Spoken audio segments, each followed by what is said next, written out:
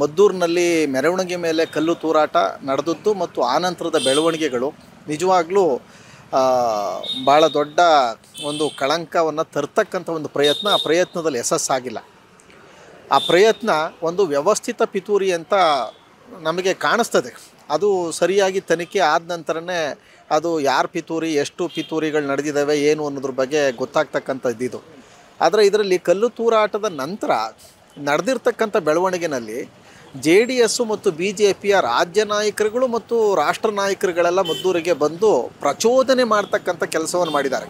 ಯಾವ ಅಂಬರೀಷು ಮಂಡ್ಯ ಜಿಲ್ಲೆಯ ಒಂದು ಗೌರವ ಮತ್ತು ಘನತೆ ಅಂತೇಳಿ ಒಬ್ಬ ಜಾತ್ಯತೀತ ವ್ಯಕ್ತಿತ್ವ, ಒಬ್ಬ ಕಲಾವಿದ ಅಂಬರೀಷ್, ಅವರ ಪತ್ನಿಯಾಗಿ ಅಂಬರೀಷರ ಗೌರವಕ್ಕೆ ಮಸಿ ಬೆಳೆಯುವಂಥ ಮಾತುಗಳನ್ನು ಆಡ್ಬಿಟ್ಟು ಹೋಗಿದ್ದಾರೆ. ಅಂಬರೀಷನ ಹಂತದಲ್ಲಿ ಕನ್ವರ್ ಲಾಲ್ ಅಂತ ಒಂದು ಪಾತ್ರ ಬರುತ್ತೆ. ಕನ್ವರ್ ಲಾಲ್ ಕುತ್ತೆ ಬೋಲೋ, ಕುತ್ತೆ ಕನ್ವರ್ ಲಾಲ್ ಬೋಲೋ ಅಂತ. ಕನ್ವರ್ ಲಾಲ್ ಪಾತ್ರ ಅಂಬರೀಷ್ ಮಾಡಿದ್ದಾರೆ. ಅಂಬರೀಷು ತನ್ನ ಪಾತ್ರಗಳ ಮೂಲಕ ಎಲ್ಲ ಜಾತಿಯ ಎಲ್ಲ ಧರ್ಮದ ವಿಶ್ವಾಸವನ್ನು ಪ್ರೀತಿಯನ್ನು ಗಳಿಸಿದಂಥ ಒಬ್ಬ ಅಪ್ರತಿಮ ಕಲಾವಿದ. ಕಲಾವಿದರಿಗೆ ಜಾತಿ ಇಲ್ಲ, ಧರ್ಮ ಇಲ್ಲ, ಅದನ್ನು ಅಂಬರೀಷು ಭಾಳ ಸಾರಿ ಸ್ಪಷ್ಟಪಡಿಸಿದ್ದಾರೆ. ಆದರೆ ಸುಮಲತಾ ಅಂಬರೀಷ್ ಅವರ ಗೌರವಕ್ಕೆ ಧಕ್ಕೆ ತರುವಂಥ ಇವತ್ತು ಒಂದು ಧರ್ಮವನ್ನು ಹೀನಾಯವಾಗಿ ಮಾತಾಡುವಂಥ ಮೂಲಕ ಇವತ್ತು ಅವರು ನಡ್ಕೊಂಡಿದ್ದಾರೆ. ಇದು ಅಂಬರೀಷ್ ಅವರಿಗೆ ಕಪ್ಪು ಚುಕ್ಕೆ ತರ್ತಕ್ಕಂಥ ಒಂದು ಪ್ರಯತ್ನ. ಮತ್ತು ಮೊನ್ನೆ ಸಿಟ್ಟಿಂಗ್ MP ಆಗಿದ್ದರು ಸುಮಲತಾ ಅಂಬರೀಷ್ ಅವರು. ಈಗ BJP ಮತ್ತು JDS ನಡುವೆ ಮೈತ್ರಿ ಆದ ಕಾರಣಕ್ಕಾಗಿ HD ಕುಮಾರಸ್ವಾಮಿ ಅವರಿಗೆ ಈ ಸೀಟು ಮೈತ್ರಿ ಬಂತು. ಆವಾಗ ಸುಮಲತಾ ಅವರು BJPಲಿ ಇದ್ಕೊಂಡು ಕೂಡ ಸೀಟನ್ನು ಗಳಿಸ್ಕೊಳ್ಳಿಕ್ಕಾಗಲಿಲ್ಲ.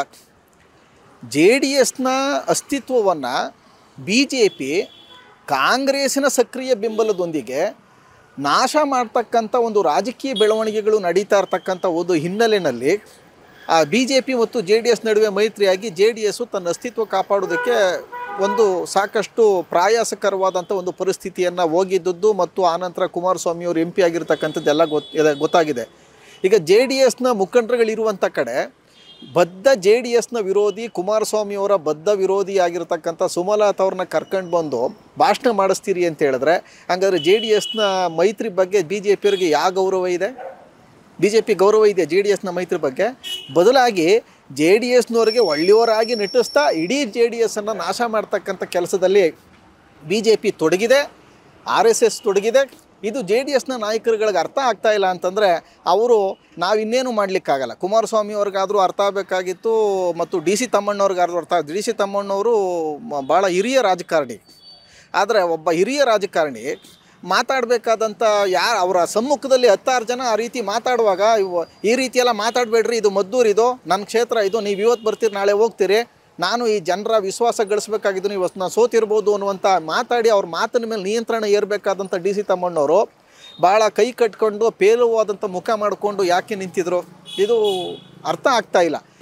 ನಾನು ಅವರಿಗೆ ಒಂದು ಪ್ರಶ್ನೆ ಕೇಳೋದು ಏನಂದರೆ, ಕಲ್ಲು ತೂರಾಟ ಮಾಡಿದ ಕಿಡಿಗೇಡಿಗಳ ದುರುದ್ದೇಶ ಏನಿತ್ತು?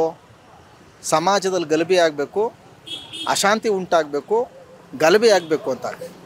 ನೀವು ಆ ಪ್ರಚೋದನೆ ಮಾಡ್ತಕ್ಕಂಥ ಮಾತುಗಳೆಲ್ಲ ಆಡಿದ್ರಲ್ಲ, ನೀವು ಕಲ್ಲು ತೂರಾಟದ ಘಟನೆಯನ್ನು ನೆಪ ಮಾಡಿಕೊಂಡು ನಿಮ್ಮ ಉದ್ದೇಶ ಏನಿದೆ? ಕಲ್ಲು ತೂರಾಟ ಮಾಡಿದ ಕಿಡಿಗೇಡಿಗಳ ಉದ್ದೇಶವನ್ನು ಈಡೇರಿಸುವಂಥ ರೀತಿಯಲ್ಲಿ ನಿಮ್ಮ ವರ್ತನೆಗಳಿದೆ. ಅಂದರೆ ಕಲ್ಲು ತೂರಾಟ ಮಾಡಿದ ಕಿಡಿಗೇಡಿಗಳಿಗೂ ನಿಮಗೂ ಏನಾದರೂ ವ್ಯತ್ಯಾಸ ಇದೆಯಾ? ಇದು ಭಾಳ ಮುಖ್ಯವಾಗಿ ನಾವು ಕೇಳಬೇಕಾಗಿರ್ತಕ್ಕಂಥ ವಿಷಯ. ಕಿಡಿಗೇಡಿಗಳು ಗಲಭೆಯನ್ನು ಉಂಟು ಮಾಡುವಾಗ ಸಜ್ಜನರು, ಸೌಹಾರ್ದತೆ ಬಯಸೋರು, ಸಂವಿಧಾನ ಕಾಪಾಡೋರು, ಪ್ರಜಾಪ್ರಭುತ್ವ ಕಾಪಾಡೋರು ಗಲಭೆಯನ್ನು ನಿಯಂತ್ರಣ ಮಾಡೋದಕ್ಕೆ ಸಹಕಾರ ಕೊಡಬೇಕು. ಮದ್ದೂರು ಪೊಲೀಸ್ನವರು ಮತ್ತು ಮಂಡ್ಯ ಜಿಲ್ಲಾ ಪೊಲೀಸ್ನವರು ನಾಗಮಂಗಲದ ಇಂದಿನ ಘಟನೆ ಹೋಲಿಸಿದ್ರೆ ಮದ್ದೂರಿನಲ್ಲಿ ಹೆಚ್ಚಿನ ಗಲಭೆ ಆಗದಂಥ ರೀತಿಯಲ್ಲಿ ಒಂದು ಗರಿಷ್ಠ ಪ್ರಮಾಣದ ಶಾಂತಿಯನ್ನು ಸ್ಥಾಪನೆ ಮಾಡೋ ವಿಷಯದಲ್ಲಿ, ಕಾಪಾಡಿಕೊಳ್ಳೋ ವಿಷಯದಲ್ಲಿ ಒಂದು ಮಹತ್ತರವಾದಂಥ ಒಂದು ಸಕಾಲಿಕ ಪಾತ್ರವನ್ನು ವಹಿಸಿದ್ದಾರೆ. ಅದನ್ನು ನಾವು ಅಭಿನಂದಿಸಬೇಕು. ಅದೇ ಸಂದರ್ಭದಲ್ಲಿ ಈ ಕಲ್ಲು ತೂರಾಟದ ಘಟನೆಯೂ ಆಗದಂತೆ ಸಾಕಷ್ಟು ಮುನ್ನೆಚ್ಚರಿಕಾ ಕ್ರಮವನ್ನು ವಹಿಸಬೇಕಾಗಿತ್ತು, ಅದರ ಲೋಪ ಆಗಿದೆ. ಆದರೆ ಪ್ರಶ್ನೆ ಇರೋದು, ಕಲ್ಲು ತೂರಾಟ ಮಾಡಿದ ಕಿಡಿಗೇಡಿಗಳ ಕುರಿತು ಈಗ ಸಾಕಷ್ಟು ಜನ ಈಗ ಮಾತಾಡ್ತಾ ಇದ್ದಾರೆ. ನಾವು ಕಾನೂನನ್ನ ಕೈಗೆತ್ಕೊಬಿಡಬೇಕು ಅನ್ನುವಂಥ ರೀತಿಯಲ್ಲಿ ಗುಂಪು ಹಲ್ಲೆ, ಗುಂಪು ಹತ್ಯೆ ಅಥವಾ ಗುಂಪು ಗಲಭೆಗಳಿಗೆ ಪ್ರಚೋದನೆ ಮಾಡುವಂಥ ರೀತಿಯಲ್ಲಿ ವಾಟ್ಸಪ್ಪು, ಸೋಷಿಯಲ್ ಮೀಡಿಯಾದಲ್ಲೆಲ್ಲ ಮಾತಾಡ್ತಾ ಇದ್ದಾರೆ. ನಾನು ಕೆಲವು ಸೌಹಾರ್ದತಾ ಸಂದೇಶ ಇರತಕ್ಕಂಥ ಫೇಸ್ಬುಕ್ನಲ್ಲಿ ಕೆಲವು ಸಂದೇಶಗಳು ಹಾಕಿದ್ರೆ ಅದಕ್ಕೂ ಕೂಡ ಇದೇ ರೀತಿಯ ಕಿಡಿಗೇಡಿಗಳ ರೀತಿಯ ಕಾಮೆಂಟ್ಗಳು ಕೂಡ ಬರ್ತಾ ಇದೆ. ಆವಾಗ ನಾನು ಕೇಳ್ತಾ ಇರೋದು, ಈಗ ನೀವು ಶಾಂತಿ ಕಾಪಾಡುವವರ ಪರವಾಗಿದ್ದೀರೋ ಶಾಂತಿಗೆ ಭಂಗ ತರುವವರ ಪರವಾಗಿದ್ದೀರೋ? ಈ ಪ್ರಶ್ನೆಯನ್ನು BJP ಮತ್ತು JDS ಹೇಳಬೇಕು. ಈಗ ಶಾಂತಿ ಕಾಪಾಡೋರ ಪರ ಇರಬೇಕು ಅಂದರೆ ಕಿಡಿಗೇಡಿಗಳ ಕೃತ್ಯ ಖಂಡಿಸಬೇಕು. ಕಿಡಿಗೇಡಿಗಳ ಕೃತ್ಯ ಖಂಡಿಸಿದ್ರೆ ಮಾತ್ರ ಸಾಕಾಗಲ್ಲ, ಕಿಡಿಗೇಡಿಗಳನ್ನು ಕಾನೂನು ಕ್ರಮಕ್ಕೆ ಒಳಪಡಿಸಿ ಗರಿಷ್ಠ ಶಿಕ್ಷೆ ಆಗುವಂತೆ ನೋಡ್ಕೋಬೇಕು. ಮುಂದೆ ಇಂಥ ಘಟನೆಗಳು ನಡೆಯದಂತೆ ನೋಡ್ಕೋಬೇಕು. ಇದು ಜವಾಬ್ದಾರಿ ಇರ್ತಕ್ಕಂಥ ಕೆಲಸ. ಆದರೆ ಕಿಡಿಗೇಡಿಗಳ ಕೆಲಸಕ್ಕೆ ಸಂಭ್ರಮ ಪಡ್ತಾ ಇದ್ದಾರೆ. ನಿಷ್ಪಕ್ಷಪಾತವಾದಂಥ ತನಿಖೆ ಆಗಬೇಕು, ಕಿಡಿಗೇಡಿಗಳಿಗೆ ಕಠಿಣವಾದ ಶಿಕ್ಷೆ ಕೊಡಬೇಕು ಅಂತ ಯಾವ BJP ನಾಯಕರು ಕೇಳ್ತಾ ಇಲ್ಲ, ಯಾವ JDS ನಾಯಕರು ಕೇಳ್ತಾ ಇಲ್ಲ. ಪೊಲೀಸ್ನವರು ಶಾಂತಿ ಸ್ಥಾಪನೆ ಮಾಡುವ ಅವರ ಕೆಲಸಕ್ಕೆ ಪದೇ ಅಡ್ಡಿ ಉಂಟು ಮಾಡ್ತಾ ಇದ್ದಾರೆ. ಸಾವಿರಾರು ಜನ ಬಂದು ಮದ್ದೂರು ಪಟ್ಟಣದಲ್ಲಿ ಈ ರೀತಿ ಪ್ರಚೋದನಕಾರಿಯಾದಂಥ ಮಾತುಗಳಾಡಿದ್ರೆ ಕಲ್ಲು ತೂರಾಟ ಮಾಡಿದ ಕಿಡಿಗೇಡಿಗಳ ದುರುದ್ದೇಶವನ್ನು ವಿರೋಧ ಮಾಡ್ದಂಗಾಯ್ತೋ, ಬೆಂಬಲಿಸ್ದಂಗಾಯ್ತೋ. ಇದು ಇಷ್ಟು ಯಾರು CT ರವಿ ಮಾತಾಡಿರೋದಿರ್ಬೋದು, ಪ್ರತಾಪ್ ಸಿಂಹ ಮಾತಾಡಿರೋದಿರ್ಬೋದು, ಅದರಲ್ಲಿ ಕೂಡ ಸುಮಲತಾ ಅಂಬರೀಷ್ ಅವರು. ಹಂಗೆ JDSನವ್ರಿಗೆ ನಾನು ವಿನಂತಿ ಮಾಡೋದು ಏನಂತಂದರೆ, ಇವತ್ತು ಕಾಂಗ್ರೆಸ್ ಮತ್ತು BJPಗೆ ಪರ್ಯಾಯವಾಗಿ ಒಂದು ಪೂರ್ಣ ಪ್ರಮಾಣದ ಅಧಿಕಾರ ಪಡೆಯುವಂಥ ಒಂದು ಅವಕಾಶ JDSಗೆ ಇರ್ತಕ್ಕಂಥದ್ದನ್ನು ರಾಜ್ಯದಲ್ಲಿ ಮತ್ತು ನಮ್ಮ ಜಿಲ್ಲೆಯಲ್ಲಿ ಭಾಳ ದೊಡ್ಡ ಜನ JDSನ ಬೆಂಬಲಿಸ್ತಾ ಇದ್ದಾರೆ. ಯಾಕೆಂದರೆ ಅವರು BJPನೂ ವಿರೋಧ ಮಾಡೋರು, ಕಾಂಗ್ರೆಸ್ನೂ ವಿರೋಧ ಮಾಡೋರು. ಆ ಕಾರಣಕ್ಕಾಗಿ JDSನ್ನು.